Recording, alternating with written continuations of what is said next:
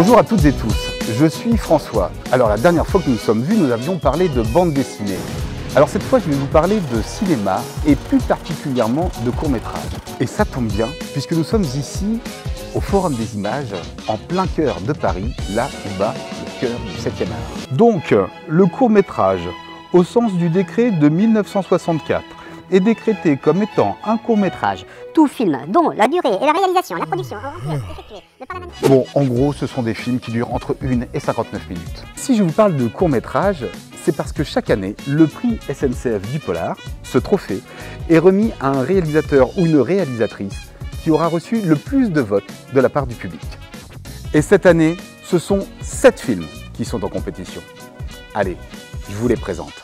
L'Alcab Elementary de Reed Van Dyck, Hors saison de Nicolas Capitaine, Céline de Souter, Lucas Durkheim et Lenny Marotte, Les Gracieuses d'Emmanuel Poulain Arnaud, Retouch de Kaveh Mazaheri, Un geste héroïque d'Olivier Rich et David Merlin Dufay, Wind in the Night de Jesse Harris et Trotte-mort de Martin Darondo.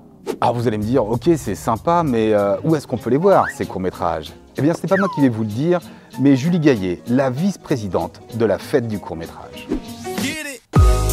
La Fête du court-métrage, c'est une fête sur toute la France, métropolitaine et d'outre-mer, à Fort-de-France en Martinique et à La Réunion, mais aussi partout dans le monde. Il y a 43 pays qui participent avec plus de 400 projections.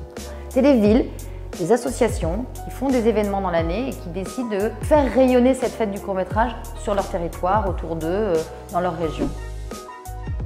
Mais parce qu'avec le temps qui s'accélère, avec Internet, avec toutes ces petites machines aujourd'hui, c'est vrai qu'on regarde de plus en plus de programmes courts, de formats courts. Et finalement, le court-métrage, c'est ça, c'est à la fois tous ces films qu'on va diffuser partout dans les salles, vous montrer les nouveaux talents de demain.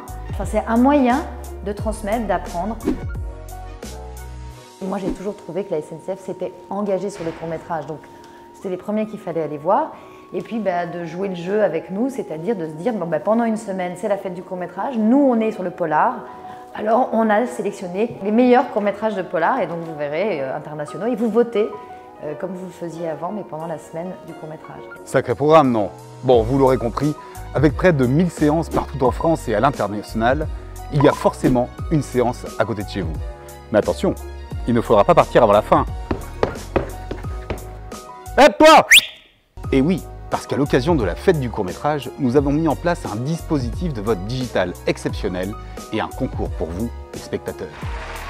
À l'issue de votre séance, rendez-vous sur polar.sncf.com.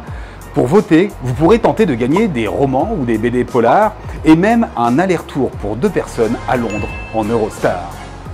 Vous l'aurez compris, il ne vous reste plus qu'une seule chose à faire, vous rendre sur le site de la fête du court-métrage, regardez où se trouve la séance polar SNCF la plus proche de chez vous et préparez le popcorn.